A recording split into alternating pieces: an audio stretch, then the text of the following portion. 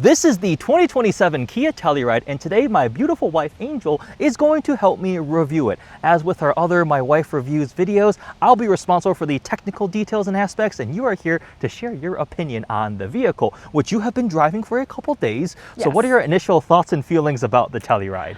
I am very impressed with the Kia Telluride. I remember I was very impressed when I first saw the interior and just seeing how spacious it was inside and the level of, I want to say, luxury features and everything like that. I remember texting you when I initially drove it, and I told you that it was very comparable to a Range Rover. Which right? I am sure Kia loves to hear, and Yes. Land Rover probably is less of a fan hearing. Yes. The Korean Range Rover for half the price. I love the new exterior. Okay. I think it is bulkier for sure, but I think that it's just very practical for families. If you just like larger vehicles. I always tell you that because I'm from Canada and I'm used to just the snow and all of that, and being in Michigan as well, I definitely prefer a vehicle that sits a little bit higher and has all-wheel drive and all of those safety features and things like that. So this one is the X Pro trim, which is like the more rugged off-road oriented one, but it actually has some legit off-road credentials. A lot of the manufacturers are doing these more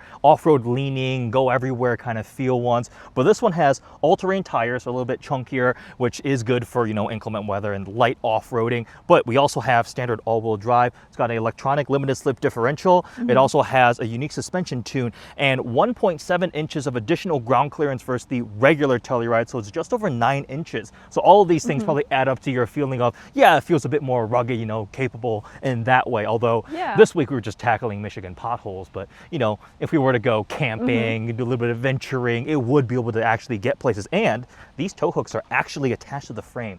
Sometimes they're like decorational, but these are like legit, so you could use them for recovery. Very good. Okay. Well, I think for me, when you have a bulkier vehicle, I just don't anticipate it to be very fast or handle well, but this does handle very well. Okay, so you like the way it drove? Yes. Does this have air suspension? No.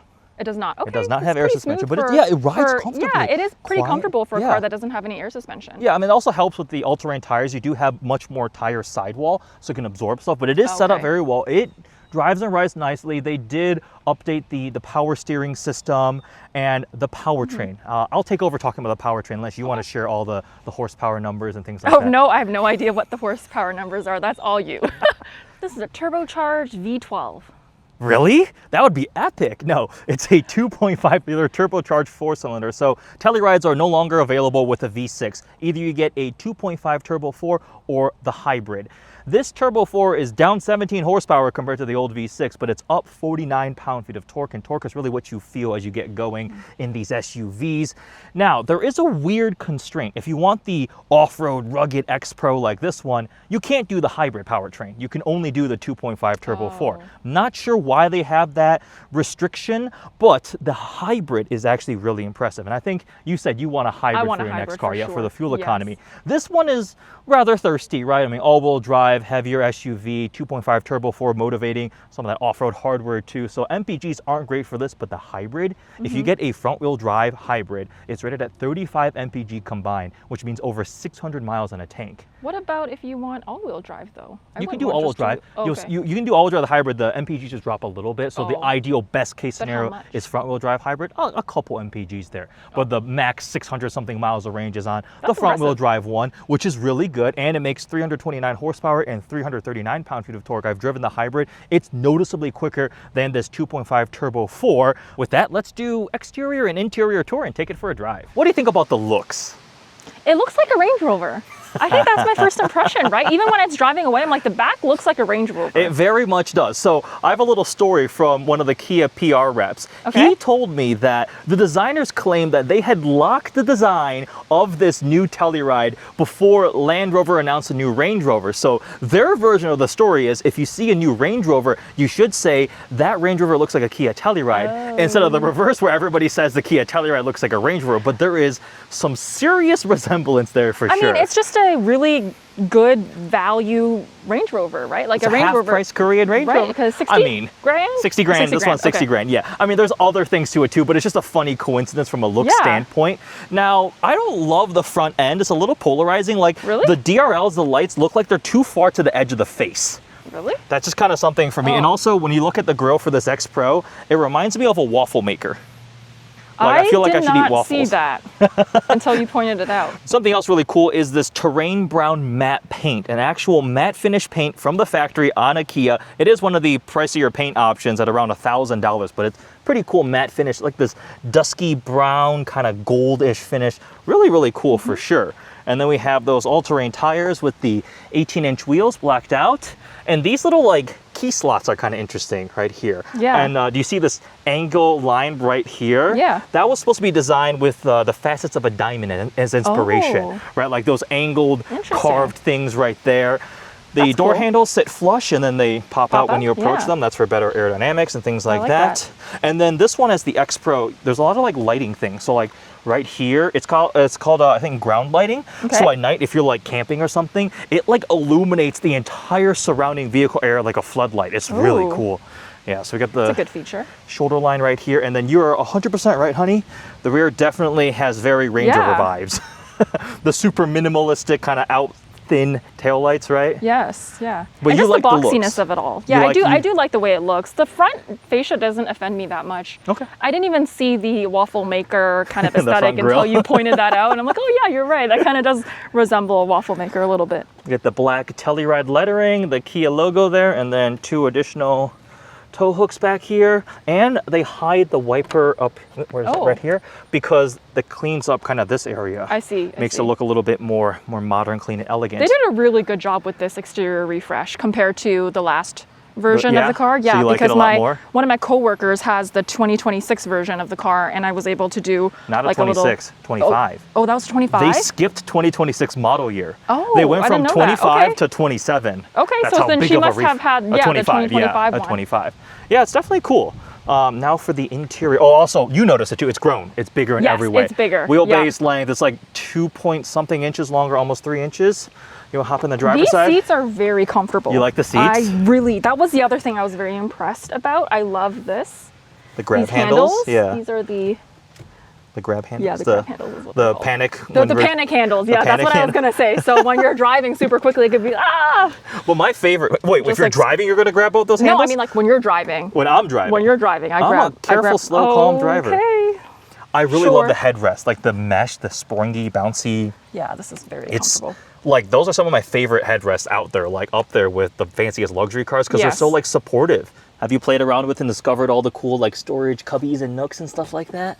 Not quite as much, but I do like these cup holders. Sorry. Whoa. Okay. So this is forged carbon, which is like, for a while, forged carbon was something that was only available on like Lamborghinis. Oh, really? And now you can get it on a Kia. It's engineered for it. It's literally like chopped carbon that they press, and then the cup holders. Do you see how I like these. So like if you don't need them, they hide out of the way, so you have more storage in the middle. Oh, I did not know that. And then you can push, so and then you have one, or you can have two. Cool. Pretty cool, transforming cup holders. Very cool. I like that.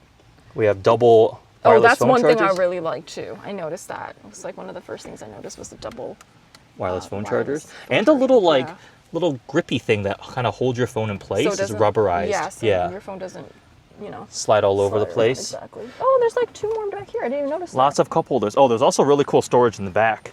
So you've got captain's chairs. Yep. That's always nice. You can do more seats if you need. You can do a 3 across here, but look how many USB-C ports there are everywhere too. Like super family friendly, right?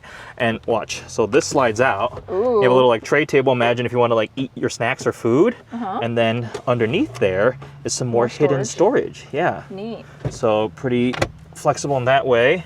And then we have a secondary sunroof back here for the second row. You have a bank of climate controls up there for your zone here, and the headliner is suede.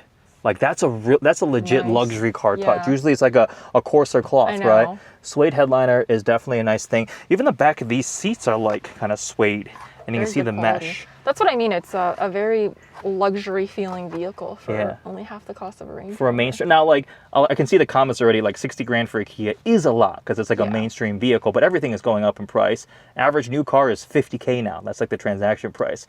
So for $60K, you're getting some seriously impressive features here. Agreed. But I think let's hit the road and go for a drive. Sure. Yeah?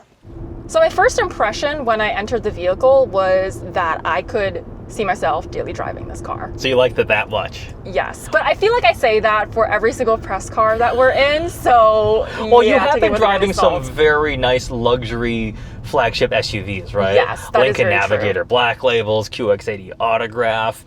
But what about the Telluride stood out to you that you're like, ooh, I could daily drive this?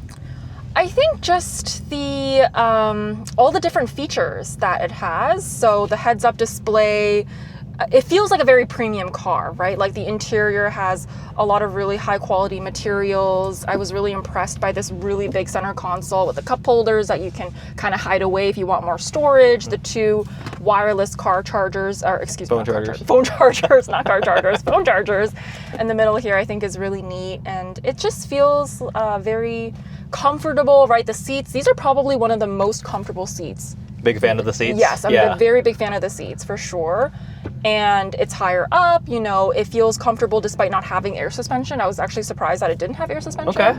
And it feels fast still. Like it feels surprisingly comparable to my Macan in terms of like ease of like maneuvering the car and turning and things like that. Okay. Yeah. Okay. Because acceleration wise, your Macan would put a bus length on this thing. Because this is... I guess I don't accelerate that much, but yes. But you're feeling the torque for sure then with the Turbo 4, right? Getting up the speed. It is heavier than before, and we've downsized to the Turbo 4. Your Macan's probably over 1,000 pounds lighter than this thing, but sure. all very good things. It is also very quiet and composed. That's the one thing that really stood out to me, because I drove one of these a bunch in LA, and then you actually took this on a decent drive to the other side of the state. Yeah. And like on the freeway, it's pretty quiet, right? It is very quiet. They did some things to like help with wind noise isolation, like the glass and like door seals and things like that, I remember. But like it's well isolated. It rides definitely really well, and overall, yeah, I agree. It's a good package. It's a very, very well featured premium SUV. And I'm a very big fan of the exterior styling. I think that this is probably my 3rd or 4th time saying that on camera. You like it? I do, yes, yeah. They definitely stand out. It's like we've started to see these on the road, and not only do you have the orange DRLs that really stand out too, but the overall look and the shape. I'm like, ooh, new Telluride, right? Yes. And it's, I think also upsizing it, the size increase gives it a bit more presence, and it definitely looks unique, Yeah, and I like the fact that it is a 3-row, right? But it has a lot of storage, and you could put down the last row of seats. Oh, I didn't show you. There's this really cool flip-up tray table in the trunk. Oh, really? That folds up. It's got like cup holders built in, and for some reason like a measuring tape thing. So like you can like, I don't know, measure wood if you're using this as a, I don't know, work truck. But yeah, it's got some really, really cool different functionality and features, and definitely a lot of space in the second row. Like full-size adults in the second row, not a problem at all. Third row, I wouldn't want to ride back there, but you know, it's for children, small people. What are your thoughts about this car? When I drove it, I was like, I was seriously impressed with how good it was. I remember I was like, ooh, I want Angel to try this out, because legitimately I could see this as a daily driver for you when we want to get rid of the Macan and maybe we need something slightly larger, a bit more space. Yeah. But I was like, this is delivering luxury features and experience for half the price. The only thing that's going to show through that's not quite luxury are going to be the powertrain, because I mean their money goes so far, right? So they clearly spend a lot on the interior design and the tech, things like that, and like any even entry-level luxury model will have a bit more smooth and powerful and just more luxurious powertrain. That's part of what you're paying for. That's valid. So at 60 grand, like, this is pretty dang good. Now, entry-level Tellurides are 40K, and my biggest complaint is still, why can't we have the hybrid with this? Like, I drove the hybrid, and it's noticeably quicker and torqueier.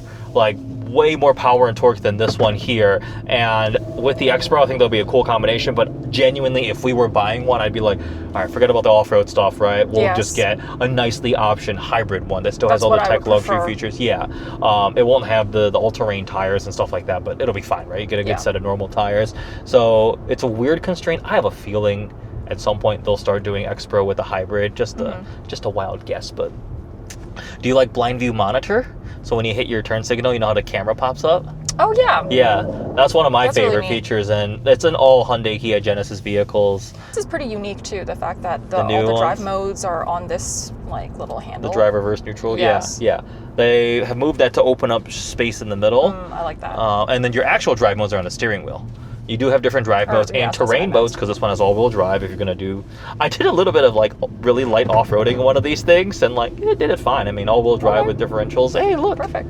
another Telluride.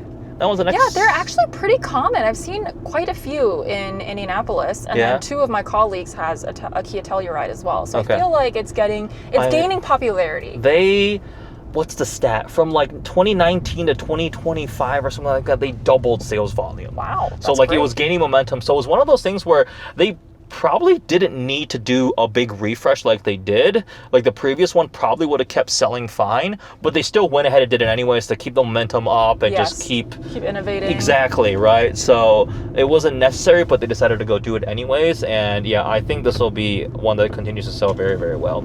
Anything you don't like? Anything I don't like. Well, now that you mentioned the front fascia waffle making aesthetic, now I can't get that out of my brain. So probably that. But genuinely, everything is pretty impressive. Like I said, I mean, Yeah. just the interior, the That was- seats, the leather, everything. Synthetic leather. Yes. Oh, synthetic leather. But if you can't tell, does it matter? Oh, dang. Yeah, a Okay, I lot did of- not know that. All Almost, right. it's starting to get more and more rare to actually have real leather where a bull had to sacrifice to trim your interior, like Bentleys and Rolls Royces, yeah. Okay, But okay. even like Mercedes, they've got MB Tech, so Oh, a lot of really? them are doing synthetic. Oh. It's just, yeah, Whoa, okay.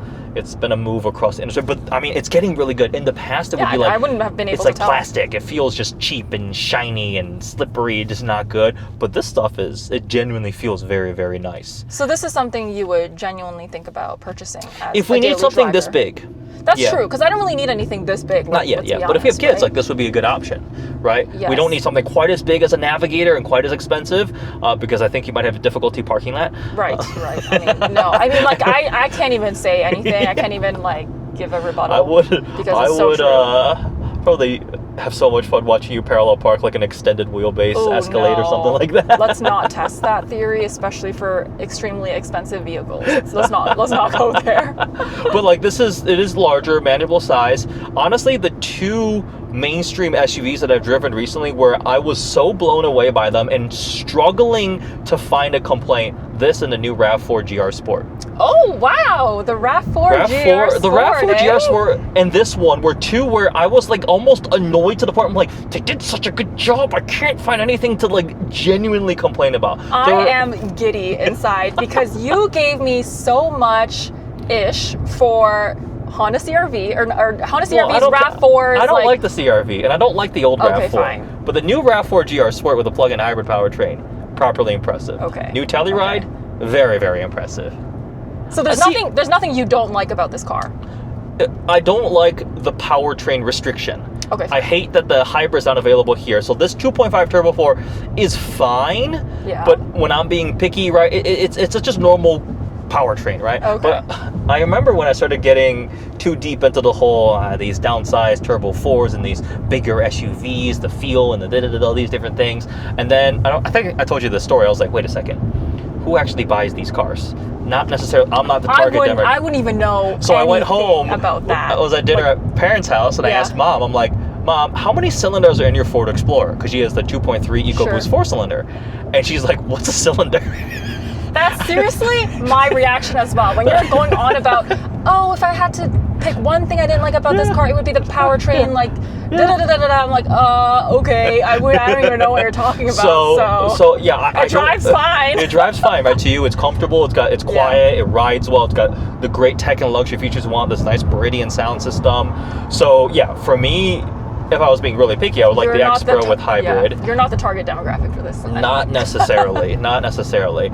So there we go. The 2027 Kia Telluride X Pro. This is a very top tier trim, optioned around $60,000. Entry level one starts at around $40,000. It's not quite the bargain that it used to be. The price has definitely climbed. I think base price went up by a couple of thousand, like $3,000 or something like that. Mm-hmm. But like they stepped it up in terms of the premium feel, design, tech features. Yeah. It really does check pretty much all the boxes. Digital rear view mirror. I mean, it's got forged carbon on the interior. There was the hybrid one that I drove. That was a SX Prestige, and it's an interior color called Blackberry, which was really cool. It's like a purpley one, if I recall correctly. But they also have like the relaxing lounge seats, so like you can recline back. The leg rest comes out, so like imagine you're in the drive-through line to pick up your kids from soccer practice or whatever, and then you just sit back there, enjoy your ergo motion seats. Are heated and cooled. You know, Kia's really moving upstream, I think, like up market for sure. So, any final thoughts? No final thoughts. I guess my only question that's kind of related but unrelated would be, what is carflation, right? Because you said that it's climbing, right? The cost of cars is just increasing. Yeah. And so is there like a studied like statistic on that you're aware of? I'm just genuinely curious about that. Average new car transaction price is over $50,000 now. So that means... So what did it used to be previously? Less. I mean, I mean, when we were younger, you could get a car for like $35,000 would get you a plenty nice new vehicle. Luxury cars were $50,000-$60,000. I remember as a kid, if somebody had a $60,000 Mercedes E-Class, I'm like, oh, your family is wealthy. Yeah. $100K, you're like, whoa, okay, right? Blown. Now these days, like there are trucks, there are SUVs. I mean, like our Genesis GV80 coupe press car was 90 grand, right? That was quite a lot. Yeah. So yeah, everything has gotten just more and more expensive. A lot of it is inflation driven. Just the regular cost of living inflation's skyrocketing in the last 5 to 10 years, closer to 5 years probably. So yeah, everything is more and more expensive for sure. So it's rare that there's truly affordable cars these days. There are still some $20-something thousand, $30,000 vehicles. But yeah, this one definitely brings a lot of nice features for the money. I agree. Thank you for joining me for another My Wife Reviews vehicle. Kia Telluride. Are you getting better and better? You're getting more comfortable? Yeah. Yeah? Starting to? No debacles of is this car blue or not? That is correct.